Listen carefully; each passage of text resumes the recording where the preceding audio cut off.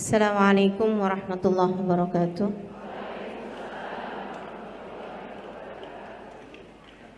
Alhamdulillah. Wassalatu wassalamu ala Rasulillah Muhammad ibn Abdillah wa ala alihi wa sahbihi wa man walah. Subhanaka la ilma lana illa ma 'allamtana innaka antal alimul hakim. Rabbi shrah li sadri wa yassir li amri wahlul 'uqdatan min lisani yafqahu qawli, amma ba'du. Saudaraku sekalian saya muliakan, pergi ke Baitullahil Haram, pergi mengunjungi Ka'bah yang merupakan pusat ibadah umat Islam, menghadap ke arah Ka'bah, ke arah kiblat yang kiblatnya adalah Ka'bah. Bangunan kecil itu teman-teman disebut sebagai Baitullah, sebagai rumah Allah. Bukan artinya Allah berada di sana, sebagaimana bukan artinya Allah ada di atas langit atau surga atau Firdaus al-A'la atau Sidratul Muntaha. Tidak, sebab Allah tidak berarah. Itu hanyalah Ka'bah, hanyalah bangunan yang Allah nisbatkan dirinya dengan bangunan tersebut. Bukan berarti bangunan yang lain bukan miliknya Allah. Kayak semacam gini loh. Kamu punya 10 anak, tapi ada satu anak tuh yang nyenengin banget, membahagiakan hati kamu banget. Kamu cinta sekali sama satu anak itu, sehingga kamu suka bilang kepada semua anak-anakmu yang lain, nih baru anak mama. Emang yang lain bukan anak mama? Anak mamanya tetangga. Semua anakmu, semua anak mama, tapi secara khusus seorang anak disebut sebagai anak mama ketika anak tersebut sangat dicintai oleh mamahnya. Demikian pula dengan Baitullah, teman-teman saya sekalian, semua jengkal bumi milik Allah. Semua jengkal bumi diciptakan oleh Allah Subhanahu wa taala. Bahkan bukan hanya di bumi tapi juga di langit-langit sana dan di alam-alam yang kita nggak tahu, teman-teman saya sekalian, semua milik Allah. Semua diciptakan oleh Allah Subhanahu wa taala. Akan tetapi di antara seluruh jengkal bumi ini ada yang begitu Allah cintai hingga Allah menisbatkan dirinya dengan tempat tersebut, yaitu Baitullahil Haram, Ka'bah al-Musyarrafah, Ka'bah yang dimuliakan Allah Subhanahu wa taala. Siapa sih yang bangun Ka'bah pertama kali? Nabi Adam alaihissalam. Teman-teman, Ka'bah dengan Hajar Aswad yang ada di salah satu sisinya, Hajar Aswadnya itu dulu diturunkan oleh Allah Subhanahu wa taala bersama dengan beberapa barang yang turun dari surga saat Nabi Adam dengan Siti Hawa turun ke atas muka bumi. Siti Hawa sama Nabi Adam tuh waktu diturunkan ke atas muka bumi, ada beberapa barang yang ikutan turun. Dan barang-barang ini teman-teman saudara sekalian, istilah kita sekarang bolehlah dikatakan bahwa merupakan barang-barang paling sakti. Apa aja tuh yang turun? Satu, Hajar Aswad, batu yang dulunya berwarna putih bersih, turun bersama Nabi Adam. Yang lainnya ada cincin. Cincin ini apabila dipakai maka akan menjadikan siapapun yang memakainya ditaati, ditunduki oleh semua yang ada di alam semesta. Bukan hanya manusia, tapi juga bangsa jin. Siapapun yang pakai cincin ini semuanya patuh, taat sama dia gitu. Sama yang pakai. Siapa nih yang pakai cincin ini? Sekarang nggak ada. Tapi yang terakhir makainya adalah Nabiullah Sulaiman alaihis salam. Cincinnya Nabi Sulaiman. Sampai bikin binatang semua tunduk sama Nabi Sulaiman. Bangsa jin semuanya juga tunduk kepada Nabiullah Sulaiman. Kabarnya dalam dunia persihiran cincin ini masih terus dicari. Jadi kalau ada ibu-ibu lagi jalan,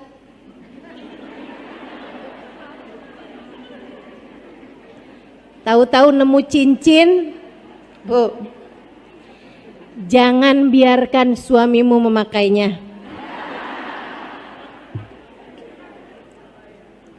Kita nggak tahu itu ya, cincinnya siapa gitu kan. Saudaraku sekalian yang saya muliakan, barang lain selain daripada dua hal tersebut adalah tongkat. Tongkatnya Nabiullah Musa alaihi salam, yang dengannya Allah jadikan lautan terbelah ketika Nabi Musa memukulkan tongkatnya tersebut. Nah, barang-barang ini semuanya tidak jelas keberadaannya di masa sekarang kecuali Hajar Aswad. Kalau dibilang bahwa cincin Nabi Sulaiman membuat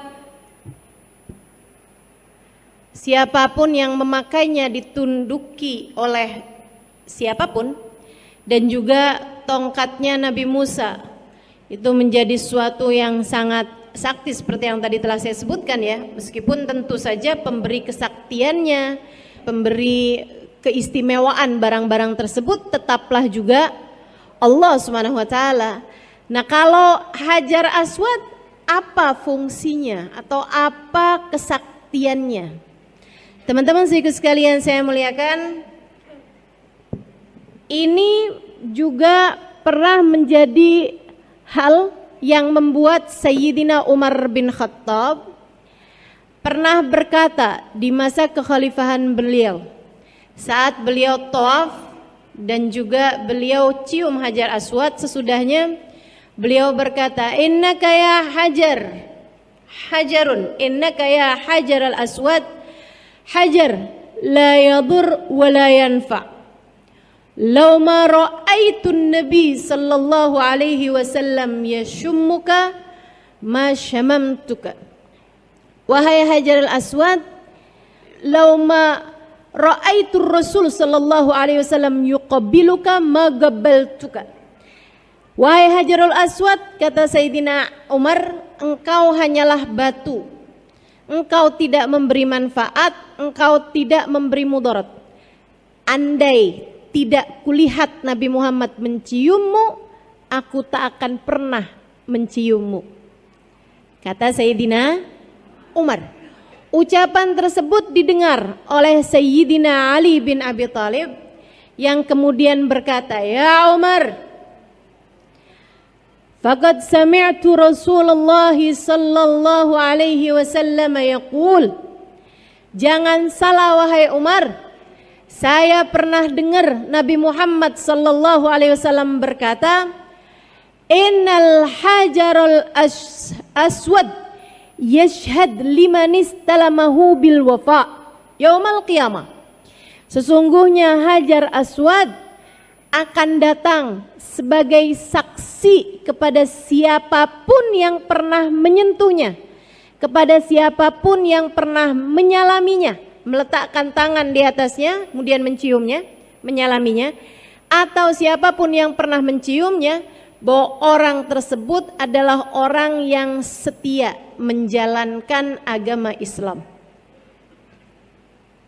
Orang yang setia kepada Allah Subhanahu wa taala. Fa ayyu naf'in akbaru min hadza? Wahai Umar, adakah manfaat, keistimewaan, kesaktian yang lebih besar daripada ini? Dia ternyata Hajar Aswad kesaktiannya bukan di dunia, Bu, Kak, Dek, tapi kesaktiannya di akhirat. Akan menjadi saksi kepada siapapun yang pernah menciumnya bahwa orang itu adalah orang yang setia menjalankan agama Islam, agama Allah. Sayyidina Umar langsung seneng banget sama ucapan Sayyidina Ali. Ini ya, kita tahu dari sini betapa para sahabat-sahabat Nabi Muhammad itu hatinya bersih-bersih. Nggak ada yang, nggak gitu loh Ali. Mari kita berdebat. Mari kita buka forum secara terbuka. Mari kita adu argumentasi, nggak gitu. Begitu Sayyidina Umar dengar ucapan Sayyidina Ali, yang tentu saja Sayyidina Ali berbicara tidak dari hawa nafsu, Sayyidina Umar pun berbicara tidak dari hawa nafsu, melainkan semuanya berbicara dari hati yang bersih. Sayyidina Umar kemudian berkata, bi'sal mugam laisa fihi Abul Hasan. Seburuk-buruk tempat, aku tak akan pernah mau tinggal di sana, adalah tempat yang di sana tidak ada bapaknya Hasan, yaitu Sayyidina Ali bin Abi Thalib. Waduh Ali, kamu emang benar-benar penyelamat saya nih. Saya nggak mau tinggal di satu tempat yang tidak ada kamu di dalamnya, takut salah-salah mikirnya terhadap apapun. Gitu ya, jadi Sayyidina Umar memberi kesaksian tentang ilmunya Sayyidina Ali bin Abi Thalib dan tentang pengetahuan beliau, yaitu Sayyidina Ali bin Abi Thalib. Teman-teman sekalian yang saya muliakan, tapi bukan artinya, wah kalau gitu saya harus bisa cium Hajar Aswad. Itu teman-teman saya sekalian, bisa mencium Hajar Aswad itu juga sebuah anugerah yang enggak bisa gini-gini. Belakangan ini nih banyak banget orang-orang yang jadi joki cium Hajar Aswad. Ada ustazah, orang mana? Iya orang mana lagi?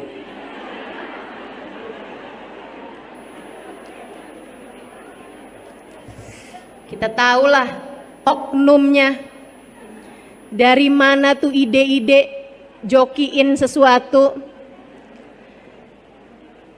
Saudariku sekalian yang saya muliakan, jadi ada tuh, saya pernah disamperin. Bukan saya pernah jadi joki ya, saya pernah disamperin. Dia bilang, Bu, cium Hajar Aswad Bu, $100 Bu, $100. $100. Akhirnya saya cuekin aja. Dia bilang, Bu, 200 real deh. Turun lagi gitu. Saya cuekin aja. 100 real Bu. Saya cuekin aja. Saya cuekin terus gitu maksudnya. Bukan kemudian saya bilang 50 real mau. Teman-teman sekalian, kenapa gitu? Yang namanya suap, itu kan namanya suap tuh. Ar-rashi wal murtashi finnar. Kata Nabi Muhammad, yang nyuap sama yang disuap tempatnya di neraka. Saya datang ke Mekah mau ibadah. Ngapain saya datang ke Mekah hanya untuk menambah daftar dosa yang membuat saya layak di neraka? Saya datang umrah buat ngapusin dosa, bukan buat nambahin dosa. Jadi saya nggak mau kerjain yang kayak begituan. Lagi pula teman-teman, urusan cium Hajar Aswad kalau dikasih kemudahan sama Allah gampang aja. Saya pernah cium Hajar Aswad, nggak pakai desek-desekan, malahan diantriin laki-laki sendiri, perempuan sendiri. Tahun 2000 saat melaksanakan ibadah haji, ada masanya subhanallah, saya nggak ngerti juga kenapa bisa begitu ya. Jadi malam 10 Dzulhijjah, malam hari raya, Rupanya kebanyakan jamaah-jamaah yang lain dari mabit di Muzdalifah yang ngambil batu tuh, itu mereka semuanya pada balik ke Mina untuk melaksanakan jumroh Aqobah atau untuk bermalam besok paginya melaksanakan jumroh, lempar batu. Sementara saya yang waktu itu ditanya sama rombongan kami dari Oman, saya berangkat hajinya bayarnya hanya sekitar 4 jutaan teman-teman. Berangkatnya dari Yaman.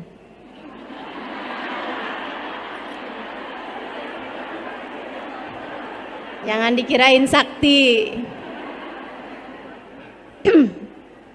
Itu teman-teman saya sekalian, saya waktu itu udah ngajar di Daruz Zahra. Jadi ketika rombongan kami nih satu bis, terdiri kebanyakannya dari teman-teman saya dari Oman dan warga Oman, warga Salalah tepatnya. Mereka tanya, Ustazah, ini kita habis gini bagusan balik ke Mina untuk Aqobah atau kita tawaf ifadah? Saya bilang dua-duanya boleh. Dua-duanya boleh sebab tawaf ifadah masuk dari muntasifil lail, dari jam 12-an malam ke belakang. Sementara itu juga udah jam 12-an gitu. Terus dia bilang, jadi Ustazah putuskan apa nih? Saya bilang kalau gitu kita tawaf ifadah. Ke Mekah Ustazah? Iya, ke Masjidil Haram. Kita pun berangkat ke Masjidil Haram dan baru itu saya lihat Masjidil Haram kosong. Masa itu orang kalau lagi ibadah haji, pelaksanaan ibadah haji, Mekah ditutup selain dari jamaah haji. Jadi warga Mekah apa segala macam tuh nggak bisa, nggak boleh ke Mekah gitu. Kecuali besok paginya tuh baru mereka sholat subuh dan itu ya sholat Idul Adha gitu. Tapi kalau yang malam itu tuh ternyata enggak. Dari kosongnya, dari sedikitnya sampai pintu-pintunya itu sebagian ditutup. Ya satu pintu, 3 ditutup, pintu masjid. 1 dibuka, 3 ditutup seperti itu. Jadilah kami waktu itu saya dan teman-teman yang dari Oman ini ya, habis selesai tawaf, selesai semuanya acara tawaf, yang berarti habis selesai tawaf itu saya sa'i. Saya udah bilangin, Ustazah, Hajar Aswadnya kosong nih Ustazah, kita boleh cium Hajar Aswad? Saya bilang enggak boleh, kita masih sedang menyandang ihram. Hajar Aswad itu wangi. Jadi kamu kalau deketin Hajar Aswad, cium Hajar Aswad harus bayar dam, karena itu mencium wangian gitu. Yang kita tahu memang wangi gitu kan. Akhirnya mereka bilang, jadi kapan kita bisa boleh cium Hajar Aswad Ustazah? Saya bilang abis sa'i. Kamu abis sa'i potong rambut boleh cium Hajar Aswad. Wah kalau gitu kita kayak gitu aja. Jadilah kami kemudian tawaf, kemudian sa'i, habis selesai sa'i gunting rambut, berarti kita sudah tahallul pertama gitu ya. Kemudian kami pun segera ke Hajar Aswad, ke Ka'bah lagi, dan kemudian kami pun cium Hajar Aswad dengan puas karena bahkan dibikin antriannya itu perempuan dulu berapa orang, habis itu laki-laki berapa orang, habis itu perempuan lagi berapa orang. Saya nggak tahu apakah kejadian yang seperti ini akan terulang kembali ya pada masa-masa sekarang-sekarang, tapi Allah Subhanahu wa taala kalau menentukan sesuatu memang luar biasa indahnya. Jadi dulu sebelum pergi ke Mekah, ketika membahas mengenai Hajar Aswad kayak begini nih, saya bilang sama teman-teman di kelas, saya bilang doakan saya, mudah-mudahan saya kalau haji bisa cium Hajar Aswad tanpa desek-desekan dan tanpa berdesak-desakan sama laki-laki yang bukan mahram. Itu yang hadir di situ aminin semua, walaupun dalam pikiran mereka gimana ceritanya. Allah kalau mengijabah tanpa peduli. Saudara sekalian yang saya muliakan, beberapa tahun sesudah saya tinggal di Indonesia, ada masanya saya bawa rombongan umroh. Sekarang saya nggak bawa rombongan umroh lagi. Jadi jangan ada yang nanya-nanya travelnya apa. Saudara sekalian, saya ada bawa rombongan umroh waktu itu. Kemudian di antara rombongan itu ada satu ibu bawa ART-nya. Jadi ada bawa ART-nya itu banyak gitu ya, berapa orang, kalau nggak salah sampai 4 atau 5 orang gitu, yang perempuan, kemudian ada supir, ada ini gitu, banyakan orang lah gitu yang ikut rombongan kami itu. Saya terangkan kepada mereka tentang fadilahnya mencium Hajar Aswad. Hari itu abisnya selesai tawaf sunnah bukan tawaf umroh, para ART itu asisten rumah tangga, pembantu rumah tangga, si ibu yang ikut rombongan saya ini gitu ya, itu pada desek-desekan berusaha mencium Hajar Aswad dan alhamdulillah berhasil. Jadi mereka bikin strategi saling inilah apa segala macam, saling kayaknya ya gitulah ya. Sampai akhirnya mereka bisa cium Hajar Aswad, semuanya berhasil kecuali satu orang. Siang hari itu mereka ngadu pada saya, mereka seneng banget gitu kan semuanya. Satu ini nangis sama saya, "Ustazah, saya belum berhasil Ustazah. Pas saya udah mau deket nih Ustazah, tiba-tiba saya kedorong, saya ditarik Ustazah, karena memang mau mengerjakan sholat gitu. Jadinya saya nggak dapat Ustazah, dosa saya banyak barangkali ya Ustazah." Nangis beneran. Saya bilang sama dia, "Nggak gitu Dek, mungkin nggak gitu masalahnya." Saya bilang, "Udah kamu doa aja minta sama Allah SWT. Kalau kamu ngerasa mungkin sebabkan dosa-dosa, banyak istighfar, banyak mohon ampun sama Allah." Dia pun melaksanakan itu semuanya.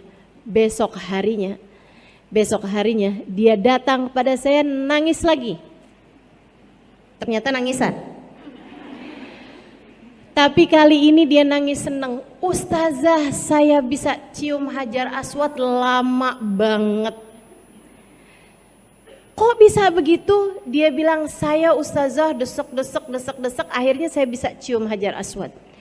Waktu saya lagi cium Hajar Aswad, tiba-tiba aja sepi, gak ada orang di sekeliling saya.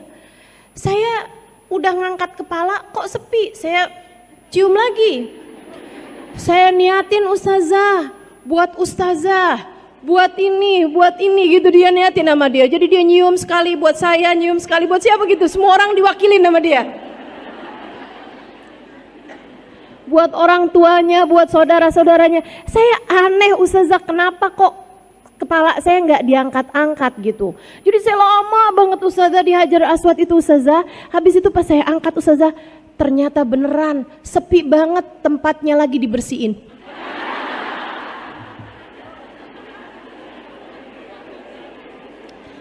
Lagi di pel.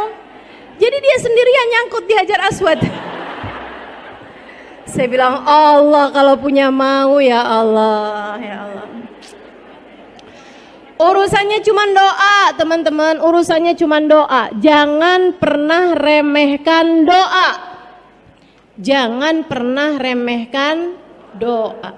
Tuh, Al-Hajaril Aswad yang ada di dalamnya Ka'bah itu asalnya putih. Yang bikin dia hitam kenapa? Dosa orang-orang yang memegangnya. Sampai akhirnya jadi hitam. Wah, sekarang legam banget itu ya. Kebanyakan dosa-dosa umat ini ya. Jadi sekalian, saya doakan yang belum pernah sampai sana, mudah-mudahan Allah sampaikan kamu ke sana. Yang belum haji, mudah-mudahan bisa berangkat haji. Yang sudah haji, mudah-mudahan bisa berangkat umroh. Saya nggak doain yang sudah haji balik lagi, kesian sama yang ngantri. Panjang banget antriannya, dah mendingan hajinya sekali aja, sisanya umroh. Karat wa marat insyaallah, berulang-ulang kali insyaallah bisa berangkat pergi umroh teman-teman saya sekalian. Amin ya rabbal alamin. Jadi Ka'bah itu dibangun oleh siapa? Pertama oleh Nabi Allah Adam alaihi salam. Kabarnya dulu Nabi Adam itu teman-teman saya sekalian diturunkan di Hind. Ketika turun dari atas langit, turunnya tahu kan kenapa? Bukan karena belum bayar pajak, dikeluarin dari surga gitu ya. Enggak gitu, atau belum bayar kos-kosan di surga gitu. Teman-teman sekalian, Nabi Adam dikeluarkan bersama dengan Siti Hawa dari surga disebabkan karena akalas syajarah, makan buah yang dilarang oleh Allah Subhanahu wa taala. Fabadat minhuma sawatuhuma, maka pakaian-pakaian kebesaran mereka di surga berhamburan. Kemudian saat itu juga Siti Hawa keluar darah dari bawah beliau ya. Dia bertanya, "Mahadha ya Rab, apa ini ya Allah?" Allah berkata, "Ya Hawa, hadza laki wa li banatiki ila yaumil qiyamah." Ini adalah haid untukmu dan untuk semua anak-anak perempuanmu sampai hari kiamat. Makanya perempuan pada punya haid kan ya. Sementara Nabi Adam, nah ini saya baca kisah ini di kitab I'anatul Talibin ala Syarhi Fathil Mu'in di bab mengenai haji. Teman-teman sekalian, Nabi Adam ketika makan buah tersebut segera keluar kayak tulang dari leher beliau. Ini yang disebut dengan nama jakun. Ya, makanya anak laki-laki pada punya jakun tuh. Begitu kan? Bisa dioperasi apa enggak tuh jakun Ustazah? Kagak ngerti dah saya. Teman-teman sekalian saya muliakan, nih laki-laki dan perempuan. Kemudian Allah pun menurunkan keduanya di atas muka bumi. Kabarnya Nabi Adam turunnya di Hind, di India sekarang ya. Di India sekarang. Sementara Siti Hawa kabarnya turun di Jeddah. Karenanya kotanya disebut kota Jeddah karena Jeddah artinya adalah nenek moyang, gitu ya. Artinya adalah nenek gitu. Jadinya kota Jeddah itu karena ia adalah tempat turunnya Siti Hawa. Wallahu a'lam. Yang kayak beginian kan sejarah nggak bisa dicari kebenarannya begitu ya.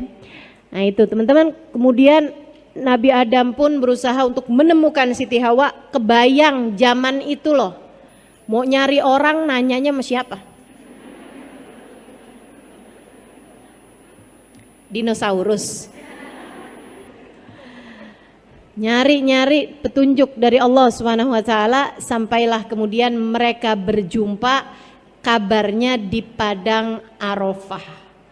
Makanya tuh waktu saya naik ke Jabal Rahmah yang tempat padang Arafah itu ya, itu teman-teman sekalian kalau lagi nggak musiman haji, padang Arafah tuh kosong, sepi gitu, sepi. Palingan ada orang-orang yang datang ke sana hanya untuk sekedar lihat. Ini loh kalau ibadah haji itu jadi rame karena ini adalah padang Arafah gitu. Nama gunungnya Jabal Rahmah, gunung kasih sayang. Kabarnya di atas gunung situ tuh Nabi Adam dengan Siti Hawa bertemu.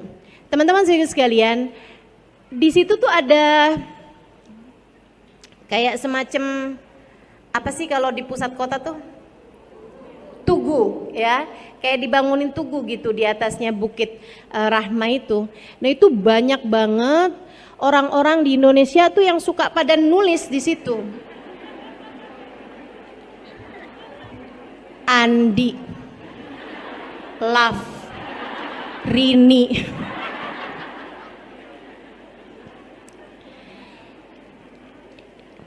Di belakangnya ada tulisan lagi, Andi, Love, Dini. Nah yang sebenarnya yang mana nih? Itu katanya ya, kayaknya nih yang di depan ditulis sama bininya, yang di belakang tulis sama lakinya. Itu yang mustajab yang mana tuh? Kalau kayak gitu gimana tuh Ustazah? Nggak perlu yang begitu-begituan teman-teman, nggak perlu. Itu kayak anak SMA, anak SMP suka nulis di toilet nggak sih?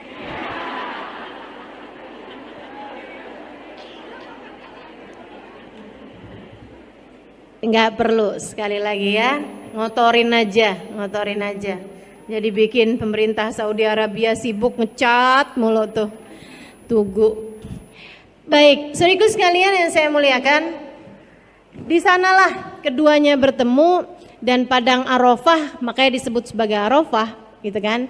Karena itu adalah tempat ta'arufan, tempat ketemuan Nabi Adam dengan Siti Hawa, tapi keduanya tentu saja sudah menjadi suami istri. Sejak kapan Ustazah jadi suami istrinya? Sejak mereka berdua Allah ciptakan di surga. Ini paling keren nih akadnya, akad nikahnya Nabi Adam dengan Siti Hawa ya, nggak pakai penghulu. Kabarnya ketika Nabi Adam sendirian di surga, dia pun merasa kesepian. Allah kemudian menciptakan dari salah satu tulang rusuknya Siti Hawa. Jadi kalau Nabi Adam tuh diciptakan dari tanah gitu ya. Nabi Adam kan Allah Subhanahu wa taala ciptakan dari tanah, teman-teman. Nah, itu kemudian kalau Siti Hawa diciptakannya dari tulang rusuknya Nabi Adam.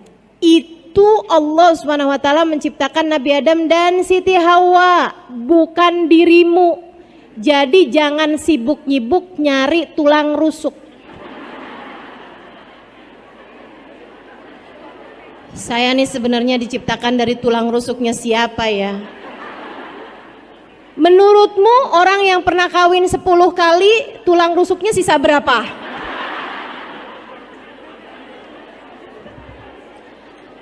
Enggak gitu deh. Terus perempuan yang pernah kawin 3 kali tulang rusuknya barengan gitu? Nah, enggak gitu ya. Itu Nabi Adam dengan Siti Hawa aja. Yang Nabi Adam diciptakan dari tanah dan air, sementara Siti Hawa diciptakan dari tulang rusuknya Nabi Adam. Hanya Siti Hawa. Sementara kita semua sebagai manusia yang normal, yang biasa, Allah Subhanahu wa taala menciptakan tubuh kita mimma indafik yakhruju min baini sulbi wat taraib. Kita semuanya diciptakan dari air sperma seorang laki-laki yang masuk ke dalam rahim seorang perempuan dan berjumpa dengan indung telur. Kemudian terciptalah tubuh manusia dari sana. Begitu. Itu teman-teman, yang diciptakan dari tulang rusuk sekali lagi hanya Siti Hawa. Sekali lagi hanya Siti Hawa. Nah, ketika Nabi Adam begitu bangun tidur, dia lihat begitu pas apalah ya, saya nggak tahu tuh di surga ada tidur apa enggak. Sebab yang saya pernah dengar di surga tuh nggak ada tidur, gitu kan? Nah, pas noleh tiba-tiba ada cewek gitu kan, cakep gitu, mirip seperti dirinya, punya tangan, kaki, kepala dan lain sebagainya.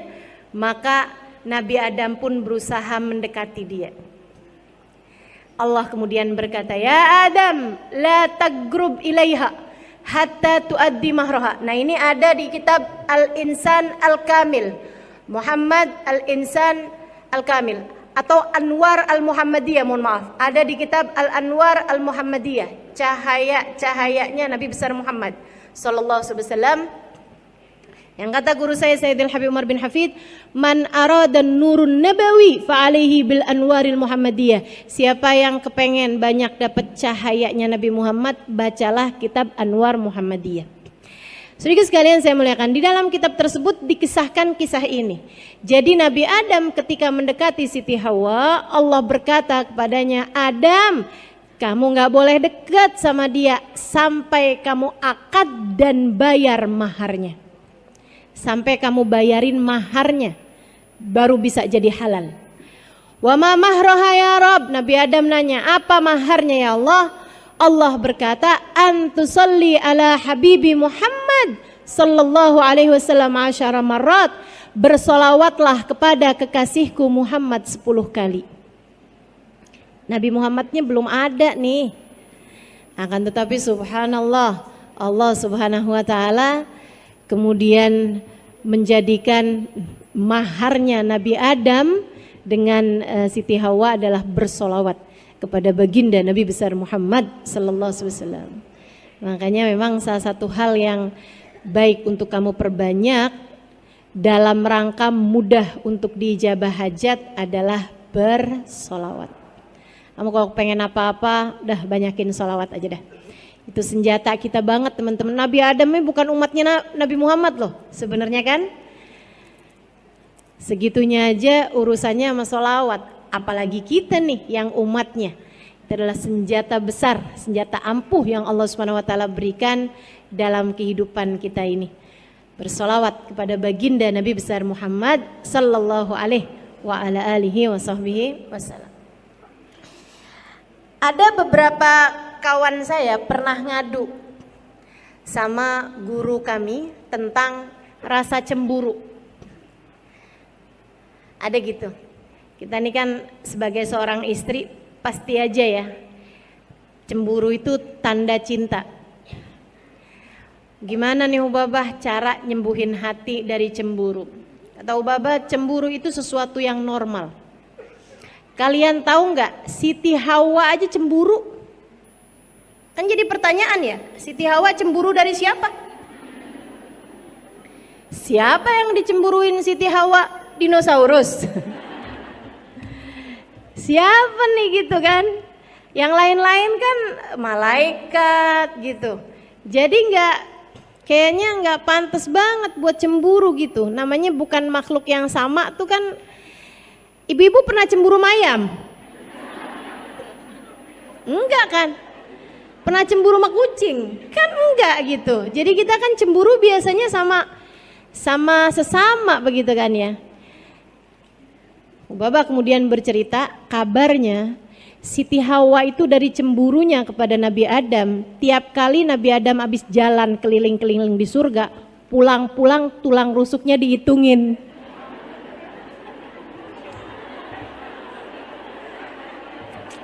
Lucu banget gak sih? Ya Allah. Tulang rusuknya Nabi Adam dihitungin. Khawatir Allah menciptakan dari tulang rusuk yang lain seorang perempuan seperti dirinya. Teman-teman sekalian sekalian yang saya muliakan, ini Nabi Adam dan Siti Hawa turunkan, kemudian Allah Subhanahu wa taala bersama dengan turunnya Nabi Adam dan Siti Hawa diturunkan 3 barang tersebut. Kemudian Allah perintahkan sesudah mereka berjumpa di Padang Arafah, Allah SWT perintahkan Nabi Adam untuk menggali sebuah tempat di mana Allah menurunkan Hajar Aswad di tempat tersebut, yaitu Ka'bah yang sekarang ini teman-teman, gitu ya. Area Ka'bah sekarang itu nggak pernah berubah-berubah. Itu adalah tempat turunnya Hajar Aswad dari atas langit ke atas muka bumi ini. Nah itu Allah SWT perintahkan di titik itulah bangunlah Ka'bah. Dibangunlah Ka'bah, kemudian Ka'bahnya jadi hancur di zamannya Nabi Allah Nuh alaihi salam ketika banjir bandang. Kemudian Nabi Nuh membangun kembali sesudah surutnya banjir tersebut. Kemudian hancur lagi di zamannya Nabi Allah Sulaiman alaihi salam. Karenanya ma min nabiyyin illa wahaj, tidak ada satu nabi pun kecuali semuanya pasti pernah haji. Perhatikan, tidak ada satu nabi pun kecuali semuanya pasti pernah haji. Jadi semua nabi-nabi itu pada pernah haji, semua tanpa terkecuali. Teman-teman sekalian yang saya muliakan, karenanya haji itu atau pelataran Ka'bah itu adalah salah satu dari tanah paling mulia yang pernah diinjak orang, karena di tempat itu pula lah begitu banyak orang-orang soleh yang pernah menapakkan kaki di sana. Saya teman-teman setiap kali tawaf saya suka ngebayangin hal kayak gitu. Jadi saya pikir ya Allah, Nabi Adam tawaf, Nabi Ibrahim tawaf, Nabi Nuh tawaf, Nabi Ismail tawaf, Nabi Yahya, Nabi Zakaria. Semuanya pada pernah tawaf di tempat ini ya Allah. Sekarang saya pun kau izinkan untuk tawaf di tempat ini. Ya Allah, sebagaimana engkau telah memandang mereka dengan pandangan cintamu, pandanglah hamba yang hina dina ini juga dengan pandangan kasih sayangmu. Kalau lagi tawaf saya suka bayangin Nabi Muhammad tawaf. Nabi Muhammad kita sallallahu alaihi wasallam, baginda kita Rasulullah sallallahu alaihi wasallam Tawaf, teman-teman saudaraku sekalian, tawaf. Bahkan ketika beliau belum haji sekalipun, Nabi itu sebelum Islam itu setiap tahun haji. Sebelum haji yang menjadi syariat Islam, sebelum hijrahnya Nabi Muhammad ke Madinah, setiap tahun Nabi Muhammad haji, tapi hajinya nggak dihitung. Kenapa gitu? Karena itu haji yang bukan merupakan syariat Islam, bukan haji yang merupakan melaksanakan rukun Islam. Makanya nggak dihitung. Makanya kalau ada pertanyaan gitu kan, berapa kali Nabi Muhammad pernah haji? 1 kali, yaitu haji wada. Nah, hajinya Nabi Muhammad yang sebelum Islam atau sebelum diutus oleh Allah Subhanahu wa taala dengan syariat Islam, haji yang menjadi syariat Islam, itu setiap tahun Nabi Muhammad haji. Bahkan ketika Nabi Muhammad sudah jadi nabi sekalipun, selama ada di Mekah tiap tahun Nabi Muhammad haji.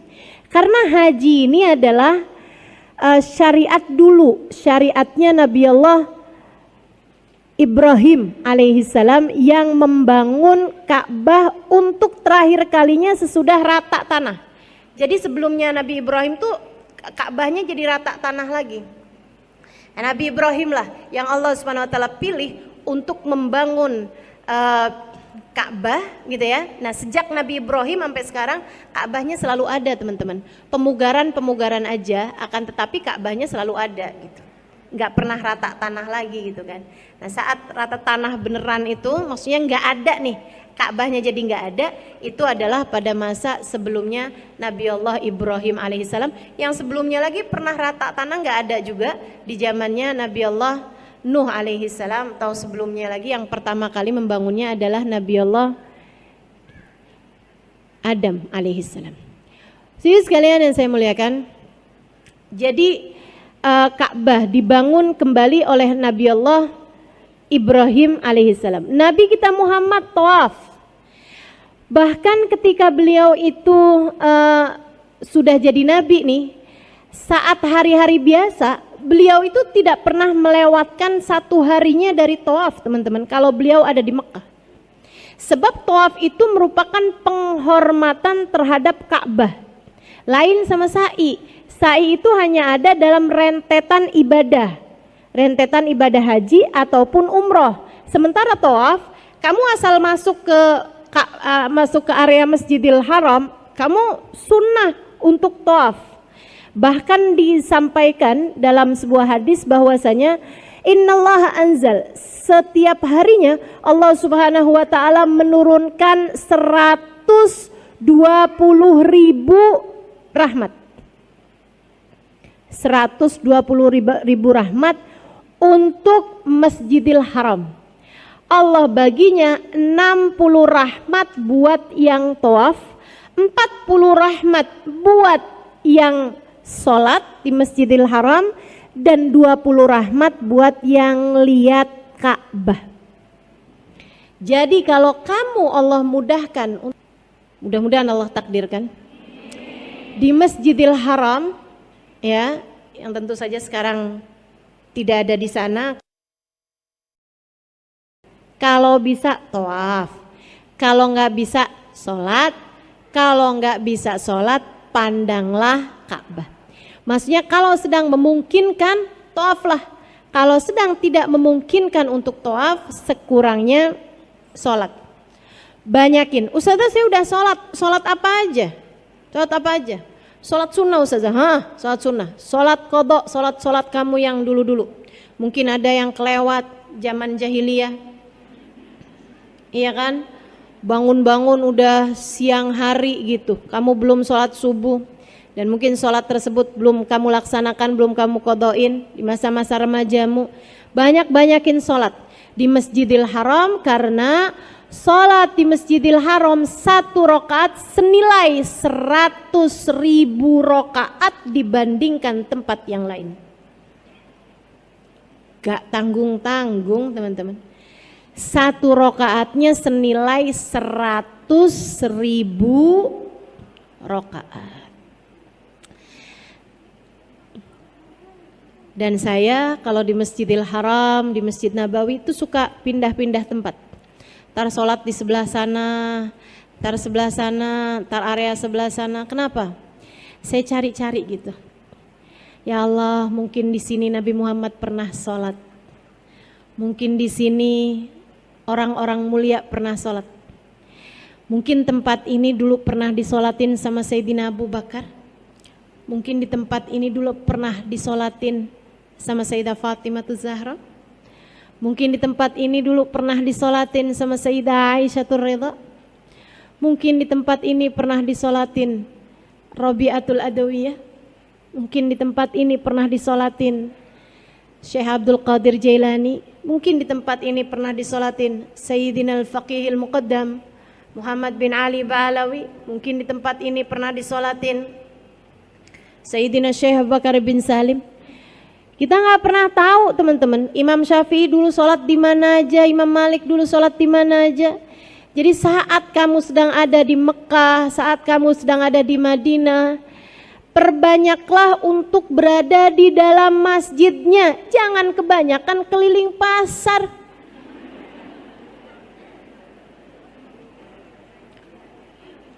Udah selesai tawaf, udah ustazah, tawaf yang di masjid ataupun tawaf yang di luar masjid.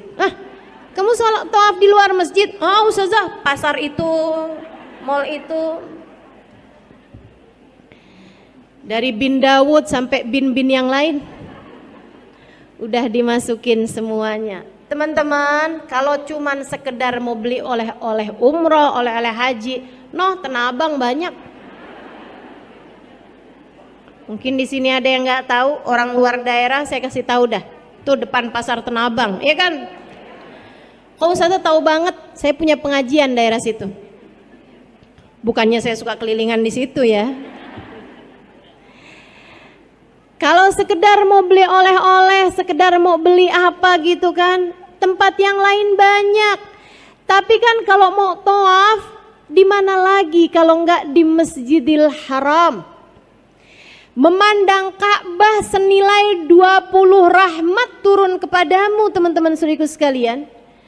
60 buat yang tawaf, 40 buat yang sholat, 20 buat yang lihat Ka'bah.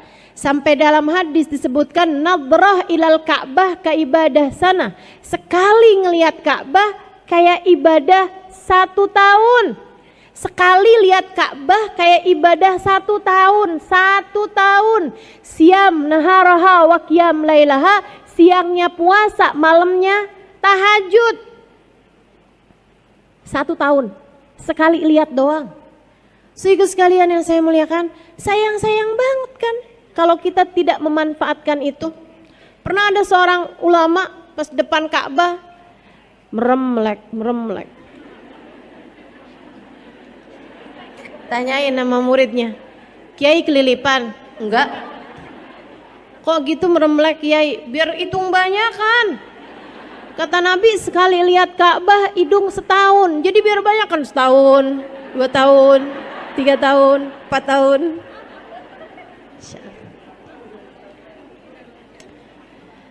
Tempat-tempat terindah di atas muka bumi ini teman-teman sekalian, Baitullahil Haram, rumah Allah yang paling mulia.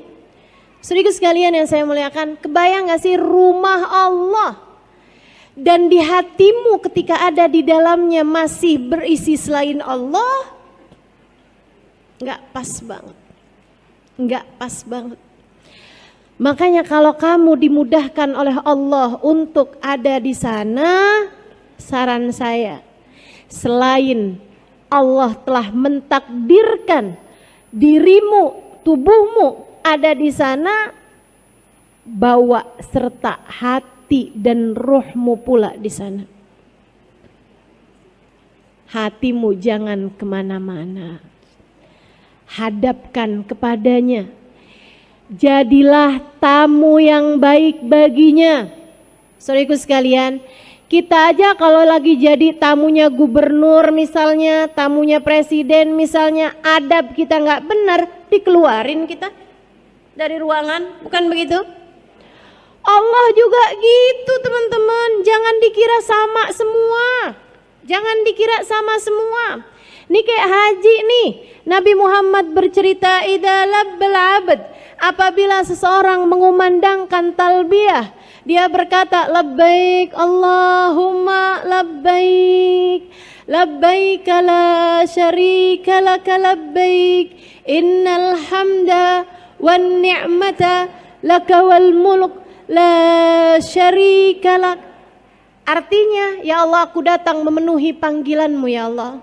Aku datang memenuhi panggilanmu ya Allah. Engkaulah sang pemilik kekuasaan, Engkaulah sang pemilik kemuliaan. Tidak ada Tuhan kecuali Engkau ya Allah. Aku datang memenuhi panggilanmu. Kata Nabi Muhammad, jawaban dari Allah tidak selalu sama. Ada orang-orang yang datang kepada Allah dengan membawa atau dengan berbekal harta yang halal. Pergi haji, pergi umroh pakai duit yang halal. Dan dia selama tinggalnya di negerinya, sholatnya nggak tinggal, ibadahnya nggak kurang, sama orang tua dia bakti. Kalau dia perempuan sama suaminya dia benar. Teman-teman saudaraku sekalian yang saya muliakan, ama orang-orang nggak ada yang dia musuhan, hatinya bersih, hatinya baik, dia taat pada Allah Subhanahu wa taala.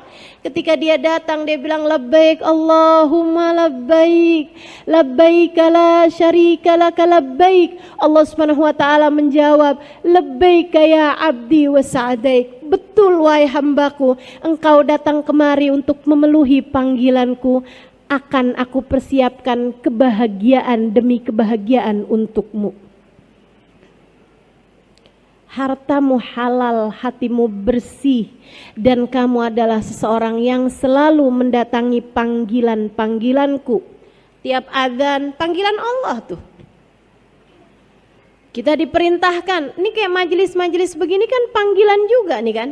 Kamu lihat daftar atau jadwal saya ada di masjid ini, kamu datang memenuhi panggilan teman-teman. Panggilan siapa? Panggilan Allah. Sebab saya hanya akan menceritakan sesuatu padamu, sesuatu yang mudah-mudahan mendekatkanmu kepada Allah Subhanahu wa taala. Teman-teman saudara sekalian, kata Allah Subhanahu wa taala, hartamu halal dan kamu adalah hamba yang selalu datang memenuhi panggilanku yang lain. Dan kamu datang dengan membawa hati yang bersih. Hajimu untukku, akulah yang akan memberi balasan padamu. Hajinya menjadi haji yang mabrur, haji yang diterima di sisi Allah. Demikian pula dengan umrah, ketika seseorang mengucapkan yang seperti itu, Allah pun menjawab dengan panggilan yang sama. Sebaliknya, ada orang yang pergi hajinya pakai duit yang haram. Hasil korupsi, hasil nipu orang, hasil ngambil warisan saudaranya. Dia pergi dengan harta yang haram. Atau selama ini dia buang-buang, sia-siakan perkara-perkara yang Allah perintahkan padanya. Disuruh sholat dia nggak sholat, atau berantakan sholatnya. Disuruh bangun malam boro-boro, kadang karena kebelet dia kencing aja. Siapa itu yang kayak gitu? Teman-teman sekalian yang saya muliakan, giliran disuruh puasa sunnah berat banget. Giliran dokter bilang badanmu sudah tidak boleh naik lagi, rajin puasanya. Teman-teman saudaraku sekalian yang saya muliakan, orang-orang yang seperti ini, atau seorang istri yang sama suaminya nggak benar, seorang ibu yang menyengsarakan atau menyia-nyiakan anak-anaknya, nuntut dunia mulu sama anaknya. Sebelum kamu bisa beliin mama rumah di Pondok Indah, kamu mama anggap sebagai anak yang gagal. Saudaraku sekalian yang saya muliakan, itu ibu apa preman ceritanya? Ada ibu-ibu yang kalau ngelihat rapot anaknya ada merahnya satu aja dia muntah. marah banget. Kok bisa nih anak mama bisa punya ada merah di rapotnya? Dia marah setengah mati. Kamu tuh emang dasar. Segala macam lah umpatan, sumpah serapah kepada anak-anaknya. Dia lupa dulu rapotnya dia merah semua. Hitamnya cuma satu. Sehingga sekalian yang saya muliakan, nih orang-orang yang selalu aja punya musuhan, punya masalah, sama tetangga dia masalah, sama temen dia masalah, sama panitia pengajian dia masalah. Datang ke masjid aja, sohibul baitnya, DKM-nya sebel, apalagi datang ke rumah Allah, teman-teman. Hati-hati, hati-hati. Hati-hati. Inna kasra qalbil mu'min asyaddu indallah min kasril ka'bah hajaran hajara. Kata Nabi Muhammad, sesungguhnya menghancurkan hati seorang mukmin di sisi Allah lebih berat daripada menghancurkan Ka'bah batu demi batu.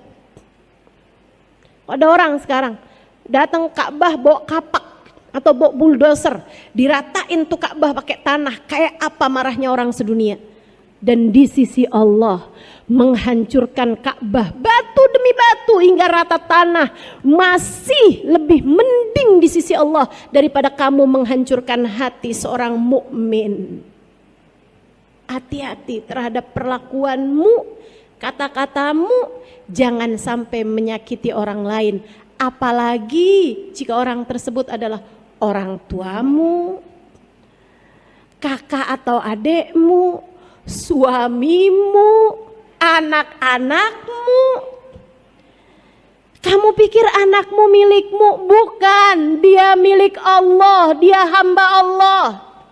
Kamu pikir suamimu milikmu sehingga kamu boleh nampar, cubit, pukul, diracun? Bukan, suamimu bukan milikmu. Ia adalah milik penciptanya, milik Allah Subhanahu wa ta'ala. Perlakuanmu kepadanya akan membuat Allah Subhanahu wa ta'ala langsung yang akan membalasmu.